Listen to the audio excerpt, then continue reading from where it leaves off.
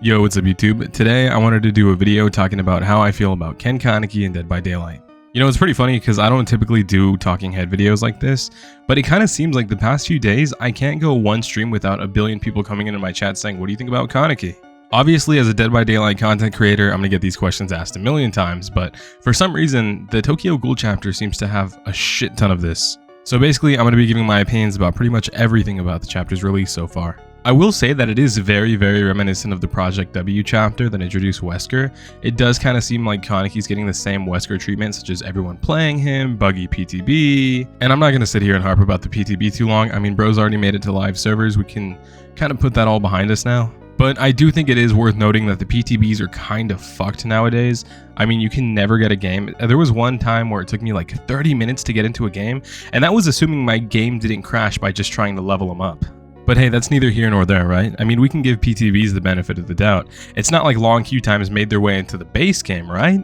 And I mean, this isn't something new, this isn't something that was introduced with the Kaneki chapter, but it does kind of feel like every time there's a new DLC that comes out, the killer queue times are absolutely unbearable because everybody and their mom wants to play the new character. And I mean, there's nothing wrong with it, that's how it's going to be. If a new character comes out, obviously everyone's going to want to play them, but I do think behavior needs to work on the incentives for Survivor because it feels like every time a new character comes out, I'm stressing over the next few days knowing I won't be able to play normal games. That's also paired with the fact that the survivors who do queue know that they're going to be playing against the Ghoul for the next 3 days straight. I already know what some of you guys are thinking, like, oh my god, Stalkedd advocating for survivors? Yeah, I actually am, because I do feel, although a lot of times survivor mains are full of shit and they be complaining about a lot, I do think this is one of those times where I very much sympathize with them. It just seems like whenever a new character is introduced, we go into this cycle where killer queues take up to like 30-40 minutes, and survivors are going to be playing against the same killer for the next 2 weeks. Oh, Stalkedd, who cares? This is something that's been happening for the past few years. Yeah, but we're coming up into a crucial turning point for behavior. I do think the past few years, I say 2-3 years, the fan base has been slowly dying out, but nowhere has it been more apparent than in the past year. I talked about it a lot in my last video shitting on behavior, so I guess I'll link it in the description, but it just kind of seems like with the FNAF chapter coming in, we're going to have a plethora of new fans being introduced to the game, and do we really want the people's first experience to be long queue times or playing against Frederick Fazbear 30 times in 1 minute? Complaining aside, let's talk about what we can do to kind of supplement this and reduce the stress of the long killer queue times. So in the game right now, the one thing that we do have is a blood point incentive for survivors. So I think the highest I've seen it go currently is about 150%. We need to bump that up. I mean, we had a 450% multiplier on 2v8. I don't see why we can't just, re-implement that. However, I don't think blood points are enough to kind of keep survivors playing because a lot of diehard survivor mains, they already have their P100 survivors. You know what I mean? They've already spent their blood points. They already do this same song and dance over and over. What I think behavior should do now is make a survivor exclusive tomb for these new chapters. So we didn't get a survivor or a map with the Kaneki release, but we did get a lot of cosmetics for survivors. Instead of making people pay for them, why not put them in a limited time tomb? This provides ample incentive for survivors to want to queue because now they earn rewards besides blood points. They earn limited time cosmetics. Yeah, obviously behavior is going to want to profit off those cosmetics any way they can, but providing free cosmetics would do significant good for the health of the game. Especially if they're cosmetics that go towards survivors that don't have a ton. I mean, how many more Sable, Michaela, Fang, Kate cosmetics do we need? I don't know, I hate to start this off complaining about the killer queue times, but I just felt like it was such a detrimental issue to the health of the game that it needed to be addressed and out of the way because this is something that's going to persist regardless of the DLC. Now we can talk about Kaneki. So Ken Kaneki, in a nutshell, is very good and very fun. Honest to God, I don't think I've had this much fun on a PTB since like Chucky or Wesker.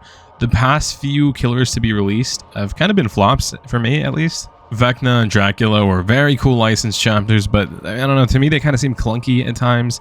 And I mean, I do not fuck with the Houndmaster. I never really got into the Unknown. But something about Kaneki, I think it's the movement.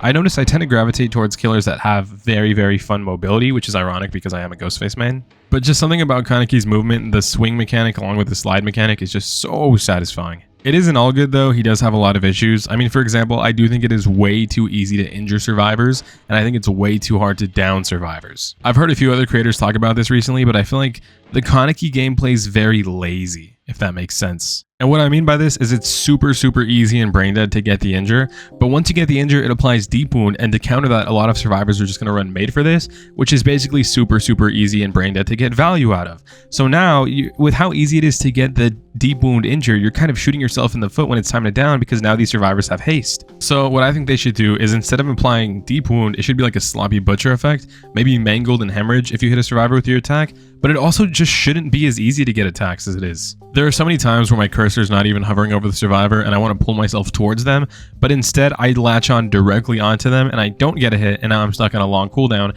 just because of how easy it is to get that hitbox for the survivor. So now, instead of swinging off an object to get towards them, it forcibly latches me directly on them, and now I can't get value because of how easy it is. That's another thing too, is I think a lot of the stunts in his kit are kind of overtuned and could use a nerf. For example, latching directly onto a survivor just gives them so much more distance. I would say you'd have to either reduce the hitbox of the survivor with the Kaneki power, or make it so that the Kagane has a lesser cooldown upon directly contacting them. Like, not only is it a flat out long stun, but because Kaneki's movement is so fast and so quick, these awkward stuns just feel double as awkward. Like, a stun would already halt a killer's gameplay, but with how mobile Kaneki is, it halts it that much more, and it just feels that much more dissatisfying to go against. So I guess the changes that I would want to implement are to make it to where deep wound does not apply when injuring a survivor, but they do get mangled and hemorrhage. I mean, maybe they can leave brighter scratch marks. That would make sense with the Ghoul, right? He'd have greater tracking on the blood. Maybe that's part of his passive. So now, instead of giving a survivor deep wound that controls the timer of the Kagane mark,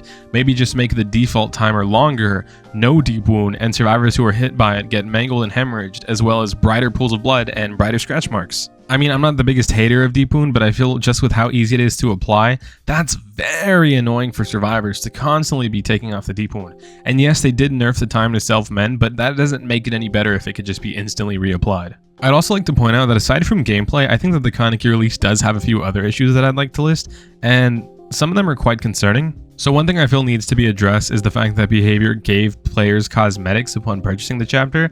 They gave them the Awakened Ghoul cosmetic and I believe a bunny cosmetic for Yui. And when I first saw that, I was like, oh my god, this is great from Behavior. They're including cosmetics with a very cheap DLC to supplement the fact that we're not getting a survivor and map. This is awesome. I thought it was great. But you know what they say, if it's too good to be true, then it probably is. Just a few hours later, Behavior said yoink and took that shit back. Which is very reminiscent of another fear I have, which is right now everyone's hyped because Kaneki seems low S tier, high A tier.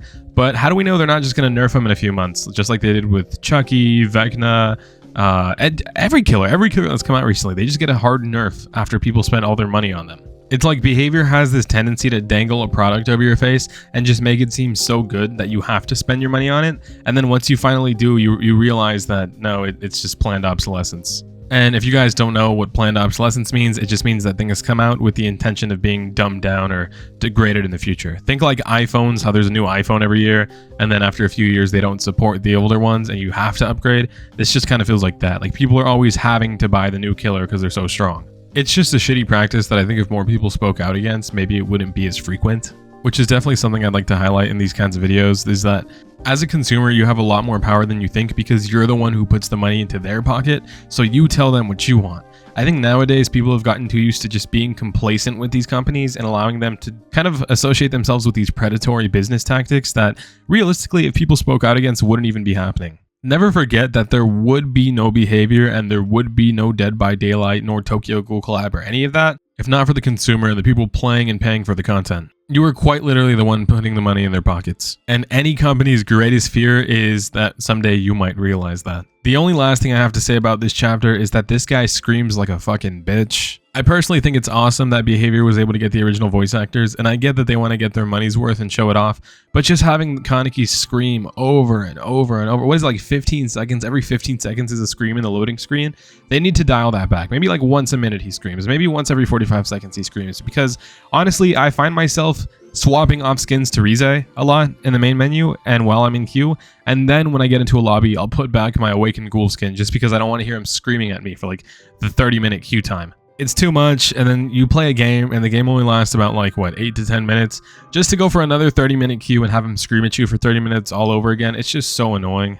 But I think that's going to have to do it for this video. And I'm not here to just shit on the chapter. I think it's very fun and one of the greatest chapters we've had in a while. Not to mention he's a very strong killer, but I do think that there are some changes that need to be implemented. So quick recap, I think that we could give survivors a tomb with exclusive cosmetics to incentivize them to play when a new killer drops, so that way the killers don't have 30-minute queue times, as well as offering higher BP bonuses. I also think that Kaneki's power is a little overtuned. Maybe instead of Deep Wound, we give it Hemorrhaged and Mangled, as well as brighter pools of blood and scratch marks when the Kagune mark is applied. And instead of having a mark that is reliant on the Deep Wound timer, we'll just make it so that the default clock is just longer. Not only that, but we'll also be reducing the hitbox of survivors so it's not as easy to latch onto them. And I think he needs to scream less. Alright, you guys have a good one. I hope you guys enjoyed the chapter. Let me know what you guys think about these changes down in the comments. What would you change? Would you do it any differently? Or do you just like the chapter as is? Be sure to let me know and check me out on Twitch, as well as join the Discord if you want more of me and want to connect with the community. This is genuinely the greatest community I've ever seen on the internet. So I love you guys. Have a good one.